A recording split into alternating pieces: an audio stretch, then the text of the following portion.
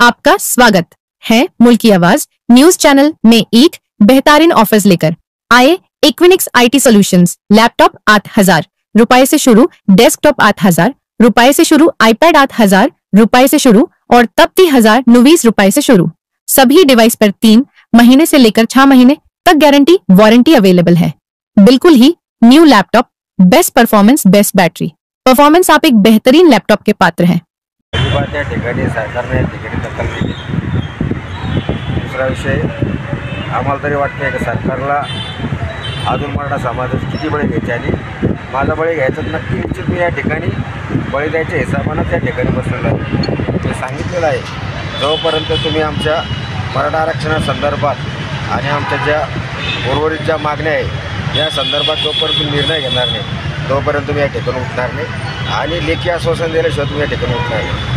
दुसरा विषय मी तुम्हाला सांगू इच्छितो की या आमच्या सर्वांच्या वतीनं इथं आम्ही मराठा आरक्षणाचं प्रेझेंटेशन या ठिकाणी मांडलेलं आहे। कशा पद्धतीनं सरकारनं आरक्षण द्यावं, आमचे ज्येष्ठ अभ्यासक दाते पाटील असतील, आमचे रवींद्र काळे पाटील असतील, आमचे सहकारी मित्र असतील, ते सर्वजण आम्ही अभ्यास करून या ठिकाणी मराठा आरक्षणाचं प्रदर्शन या ठिकाणी मांडलेलं आहे आणि एक प्रकारे या सर्व मंडळींनी मराठा आरक्षणाचा पर्याय या ठिकाणी निर्माण केलेला आहे। तरी सरकारकडं लक्ष देत नाही, याचा अर्थ सरकारला या ठिकाणी मराठा आरक्षण द्यायचं नाही, मुद्दा त्यांना जोरात ठेवायचं आमची असं मला वाटतं। तर आतापर्यंत जेवढे क्रांती चौक आंदोलन झाले, मला बोलायला त्रास जिल्हाधिकारी इथं भेट देतात, जिल्हाधिकारीने आत्तापर्यंत भेट दिली नाही का?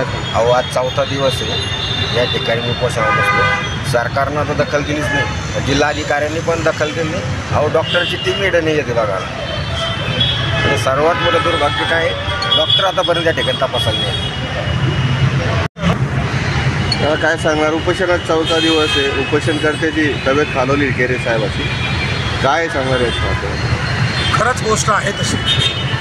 डॉक्टरांच्या तपासण्यानुसार कालच त्यांचा पी बराचसा लो झाला होता, शुगर लो झाली होती। आता तपासणीनंतर 24 घंटे झाले, आतापर्यंत कुठलाही डॉक्टर या ठिकाणी आलेला नाही। म्हणजे प्रशासन गंभीर नाही आहे का? प्रशासनाला जाग येणार नाही आहे का? पोलीस प्रशासनाचं काम आहे की त्यांनी स्वतः दखल घ्यावी। त्यांनी जिल्हाधिकाऱ्याला सुद्धा कळवलं पाहिजे होतं, त्यांनी कळवलेलं नाही। अशा प्रशासनाचा जाहीर निषेध या ठिकाणी मी करतो। सगळ्यात महत्त्वाची गोष्ट आहे, एक वेगळ्या प्रकारचं अभिनव असं आंदोलन आम्ही करत आहोत, जे आतापर्यंत महाराष्ट्रातच नव्हे तर भारतामध्ये कधीही झालेलं नाही। आतापर्यंत जेवढे काही आंदोलनं झालेली आहेत त्याच्यामध्ये फक्त डिमांड्स ठेवल्या गेल्या, म्हणजे तुमच्या फक्त मागण्या मांडल्या गेल्या। परंतु आम्ही या ठिकाणी डिमांड्स ठेवत असताना आम्ही त्याला पर्यायसुद्धा उपलब्ध करून दिले आणि त्याचं एवढं मोठं प्रेझेंटेशन, म्हणजे आम्ही एवढं जबरदस्त या ठिकाणी हे केलेलं आहे बॅनरद्वारे की एक सर्वसामान्य नागरिकसुद्धा त्याला सहज वाचून समजून घेऊ शकतो। मग एक सर्वसामान्य नागरिक जर ह्या सगळ्या गोष्टीतून समजून घेऊ शकतो, आरक्षण कसं मिळणार आहे, बाकीच्या मागण्या कशा मान्य होणार आहे, सर्व प्रेझेंटेशन आम्ही तर मांडलेलं आहे। मग एक साधा प्रश्न मला पडतो की राज्य सरकारकडे तर एवढी मोठी लिगल टीम आहे, ते समजून घेऊ शकत नाही। अजून काही राज्य सरकार मला कळायला मार्ग नाही आहे की याकडं दुर्लक्ष का करतं। याचा अर्थ राज्य सरकारची नियत साफ नाही आहे, राजकीय इच्छाशक्ती त्यांची नाही आहे। आतापर्यंत त्यांनी कोर्ट कचेऱ्यांमध्ये जवळजवळ 350 करोड रुपये खर्च केले। मी पुन्हा रिपीट करतो, 350 करोड। असा कोणत्या गोष्टीसाठी न्याय निवाडा करत असताना 350 करोड राज्य शासनाला लागले। सरकार कोणाचं असू द्या, अगोदरचं सरकार असू द्या, नंतर उद्धव ठाकरे सरकार असू द्या, नंतर एकनाथ शिंदेचं असू द्या किंवा आता देवेंद्रजींचं सरकार असू द्या, या सर्वांच्या काळामध्ये 350 करोड रुपये लागले। 350 करोड रुपये नेमके दिले कुठं? आणि त्या 350 करोडमुळं मराठा समाजाला आरक्षण मिळालं का? किंवा एक तरी केस व्यवस्थितरित्या हँडल करता आली का? किंवा तिचं मांडणी करता आली का? 16% अगोदर आरक्षण दिलं होतं, सुप्रीम कोर्टामध्ये गेल्यानंतर ते 13%वर आलं। याचा अर्थ काय झाला? खऱ्या अर्थानं कुणीही कायद्याचा अभ्यास केलेला नाही, घटनेचा अभ्यास केलेला नाही, त्यामुळं हे सगळे दिवस आम्हाला आहे। म्हणून आम्ही वारंवार सांगतोय, या देशामध्ये एक घटना आहे, राज्यघटना आहे, आणि त्या राज्यघटनेला अनुसरून कायदे आहेत। त्या कायद्याचा जर अभ्यास व्यवस्थितरित्या केला असता तर आम्हाला हे प्रेझेंटेशन मांडायची गरज नव्हती। आजही आमची जाहीर आव्हान आहे की इथं सगळं काही मांडणी आम्ही व्यवस्थित, त्या काळातले परिपत्रक आहेत, कशा कोणत्या जातीला डायरेक्ट एका परिपत्रकावर आरक्षण मिळालं, मग त्यांना एका परिपत्रकावर जर मिळू शकतं। आमचा तर संपूर्ण राज्याचं सर्वेक्षण केलेलं आहे गायकवाड कमिटीनं, सन्माननीय गायकवाड साहेब यांच्या राज्य मागासवर्गीय आयोगानं। मग एवढे सगळे पुरावे उपलब्ध असताना तरीही आम्ही आरक्षणास अपात्र ठरतो। हे कारणच मला कळायला मार्ग नाही. सगळ्यात महत्त्वाची गोष्ट आहे राजकीय इच्छाशक्ती नाही आहे. हा जो काही राज्य सरकारने लक्ष घालावं. आमच्याकडे एवढे काही पुरावे आहेत की राज्य सरकार 100% आरक्षण देऊ शकते. तर आपल्या शहरातले जे लोकप्रतिनिधी त्यांनी इथं उपोषणस्थळावर भेट दिलेली आहे. कोणीही लोकप्रतिनिधी ह्या ठिकाणी आलेले नाही. सगळ्यात मोठी शोकांतिका अशी आहे की आपल्या छत्रपती संभाजीनगर जिल्ह्याचे पालकमंत्री आणि सुदैवानं म्हणा की दुर्दैवानं म्हणा ते या राज्याचे सामाजिक न्यायमंत्री आहेत. मग सामाजिक न्यायमंत्र्यांनी आणि पालकमंत्री या नात्याने त्यांनी या ठिकाणी येऊन आज शहरात आहेत. दिवसभर सगळ्यांचे सत्कार समारंभ स्वीकारत फिरत आहेत. वेगवेगळ्या ठिकाणी त्यांचे सत्कार होत आहे. हे 5 मिनटं ते इथे येऊ शकले नसते. मग संजय शिरसाटांना नेमकं असं जमलं काय? हां, पण संजय शिरसाट साहेबांना एका ठिकाणी वेळ मात्र नक्कीच आहे. कुठं? तो म्हणजे संजय राऊतला तिकून बडबड केली तर तेव्हा मात्र कॅमेऱ्यासमोर येऊन संजय राऊतला उत्तर द्यायला त्यांना बरोबर वेळ आहे. पण इथं एक माणूस आम्हाला मरणाच्या दारात ह्याच्यामध्ये असणार पन्नासन्न अवस्थेमध्ये पडलेला आहे. BP लो झाला आहे, शुगर लो झाला आहे आणि त्यांची काळजी घ्यावी वाटत नाही पालकमंत्री या नात्यानं आणि सामाजिक न्यायमंत्री या नात्यानं. ही सगळ्यात मोठी शोकांतिका आहे आणि अशा गोष्टींचा भयंकर राग आमच्या मनामध्ये आहे आणि तो राग लवकरच उफळून येईल एवढं मात्र लक्षात ठेवा. याच माध्यमातून तुम्ही मुख्यमंत्र्यांना काय संदेश देणार उपोषणाला? सगळ्यात महत्त्वपूर्ण गोष्ट आहे की माननीय मुख्यमंत्री महोदय, तुम्हाला मराठा समाजाचा राग आहे का हा माझा प्रश्न आहे. जर तुम्हाला मराठा समाजाचा राग नसेल, आम्ही राग आहे असं गृहीत धरलेलं नाही, जर तुम्हाला राग नसेल तर निश्चितच तुम्ही आमचं ऐकाल आणि ह्या सगळ्या कॅश लॉ तुमच्या लिगल टीमकडून तपासून घ्याल आणि आमच्या पदावर आरक्षण टाकाल अशी आम्हाला शाश्वती आहे. हां, परंतु यत कदाचित तुमच्या मनामध्ये किंतु परंतु असेल आणि मराठा समाजाबद्दलची भावना ती द्वेषानं रहित असेल तर मग सांगता येत नाही काय करतील. तर माझी पुन्हा एकदा विनंती असणार आहे महाराष्ट्राच्या मुख्यमंत्र्यांना की कृपया मराठा समाजाला एका वेगळ्या अँगलनं बघण्याची आज गरज आहे आणि तुम्ही ते बघाल अशी अपेक्षा व्यक्त करतो. धन्यवाद. आणि उपोषणकर्त्याची तब्येत खालवली असं स्पष्ट चित्र दिसतंय, पण अद्याप सरकारने याची दखल घेतली नाही असं दिसतंय. काय सांगणार? जास्त काही न बोलता मी एवढंच सांगेन की आज आमचे रमेश केरे पाटील म्हणजे मराठा आरक्षणाच्या संदर्भात त्यांनी अनेक आंदोलनं केलेले आहेत. अनेक वर्षापासून या चळवळीत आम्ही लोक काम करत आहोत. पण हा माणूस आज 4 दिवसांपासून इथे बसलेला आहे. त्यांचं BP लो झालेलं आहे आणि आत्ताच काळे पाटलाने सांगितलं की इथले जे या जिल्ह्याचे पालकमंत्री आहेत आणि ते सामाजिक न्यायमंत्री आहेत. म्हणजे सामाजिक न्यायमंत्री याचा अर्थच त्यांना कळतो की नाही हेच मला समजत नाही आहे. आता सामाजिक न्यायमंत्र्याने इथं दिवसभर फिरत असताना या ठिकाणी 5 मिनटंसुद्धा येण्याची तसदी घेत नाही म्हणजे काय म्हणायचं त्यांना?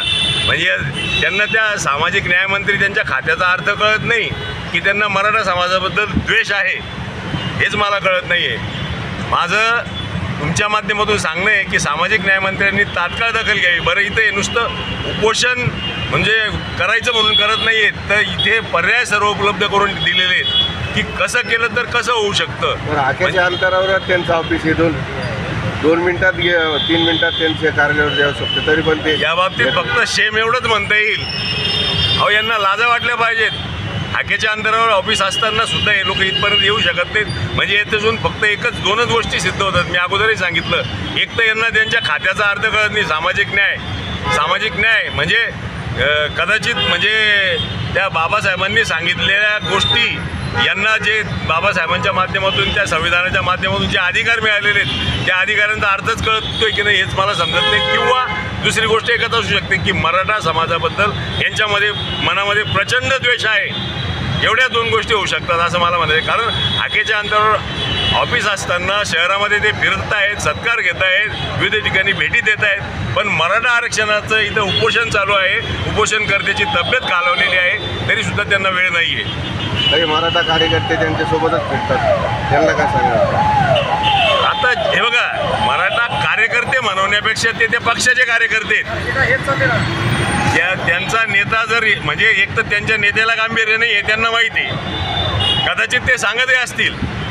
त्यांच्यासोबत जे मराठा कार्यकर्ते फिरत आहेत ना, मराठा समाजाचे कार्यकर्ते त्यांचे ते सांगतही असतील त्यांना कदाचित. आम्ही असं म्हणू शकत नाही की ते, कारण ते सुद्धा मराठा आहेत तर त्यांना सुद्धा स्वतःच्या समाजाबद्दल तळमळ असणारच आहे. कदाचित त्यांनी सांगितले असतील किंवा तिथे रमेश केरे पाटील उपोषणाला बसले आपण तिथे जाऊ.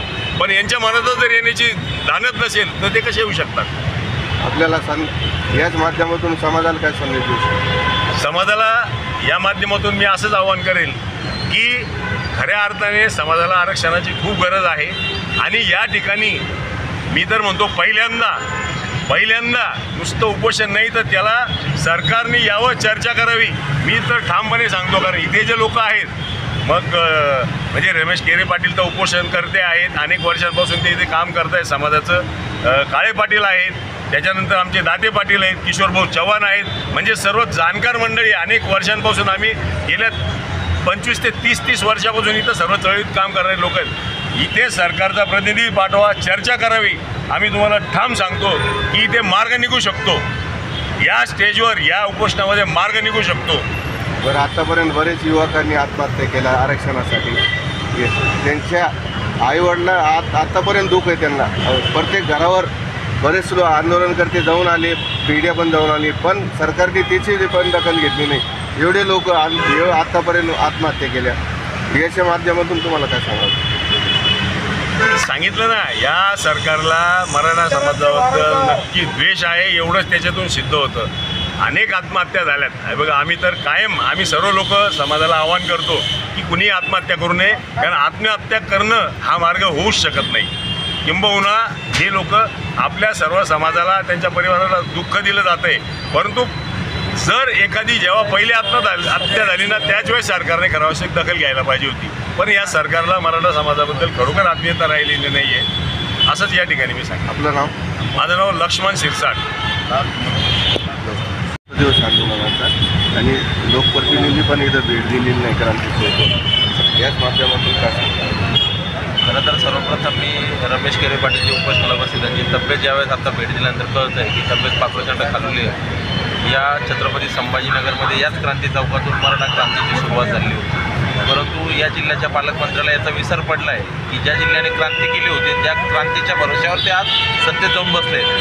त्यांना त्याचा विसर पडलेला आहे. त्यांचा मी जाहीर निषेध करतो, छत्रपती संभाजीनगरचे पालकमंत्री संजय शिरसाट यांचा, की मराठा समाजाचा एक नेता, उमदा नेता या ठिकाणी 4 दिवस उपोषणाला बसला आहे. समाजाच्या विविध मागण्या घेऊन बसला आहे आणि नुसत्या मागण्याच नाही तर अभ्यासपूर्वक त्या ठिकाणी मागण्या घेऊन बसला आहे. सरळ चर्चेचं आव्हान आम्ही सरकारला केलं आहे. सरकारचे प्रतिनिधी म्हणून त्यांनी आणि सामाजिक न्याय मंत्री म्हणून त्यांनी या ठिकाणी भेट देऊन तात्काळ रमेश केरे पाटील यांच्या उपोषणाच्या अनुषंगाने चर्चा करून सरकारला निर्णय घेण्यास भाग पाडलं पाहिजे. याच माध्यमातून महाराष्ट्रभर आंदोलन झालेले आहे आरक्षणासंदर्भामध्ये.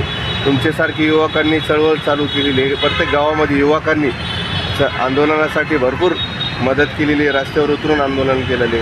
याच माध्यमातून युवकांना काय संदेश देणार आहात? ते महाराष्ट्रातील तमाम मराठा समाजातील जे युवक आहेत त्यांना आम्ही सर्वप्रथम आव्हान केलं आहे की मराठा समाजाचा आरक्षण लढा हा गेल्या 30-40 वर्षापासून आहे. 1990 पासून मराठा सेवा संघ संभाजी ब्रिगेडच्या माध्यमातून आपण सांगतोय की मराठा समाजाचा सरसकट जोपर्यंत ओबीसी समावेश होत नाही तोपर्यंत मराठा समाजाला शाश्वत असं आरक्षण मिळू शकत नाही. मग ते सरकार आघाडीचं असो किंवा महायुतीचं असो, या दोन्ही सरकारने मराठा समाजाला आरक्षण देण्याचं नाटक केले, पण ते आरक्षण कोर्टात टिकत नाहीत, सुप्रीम कोर्टात टिकत नाहीत, बॉम्बे हायकोर्टात ते जजमेंटला जातं आणि त्या ठिकाणी निकाल दिला जातो की मराठा समाजाला आरक्षण कायम आहेत, पण आरक्षणाची टक्केवारी कमी होती. मग कोणत्या निकषाच्या आधारे तुम्ही आरक्षण दिले? आणि भारतीय संविधान एकीकडे ज्यावेळेस सांगतं कलम 16 की मराठा समाजाचा 40व्या कलमानुसार समाविष्ट केलेला आहे आरक्षणामध्ये, ओबीसीमध्ये, मग मराठा समाज मराठवाड्यातलाच का आरक्षणात येत नाहीत? हा ज्यावेळेस आम्ही जनजागृती करत असतो त्यावेळेस युवकांना आम्ही सांगतो की आरक्षण हा आता कायदेशीर बाब झाली आहे. त्याला रस्त्यावर उतरून जे काही आंदोलन करायचं होतं त्याच्यामध्ये अनेक आपले जीव गेले आहेत, अनेक हजारो तरुणांवर गुन्हे दाखल झाले आहेत. त्याच्यामुळे आम्ही मराठा समाजाच्या तरुणांना सांगतोय की तुम्ही तुमचं शैक्षणिक काम करत राहा, जे आंदोलन करतायत ते रस्त्यावरचं काम करत राहा. आपलं नाव? योगेश शेळके, दामोदर.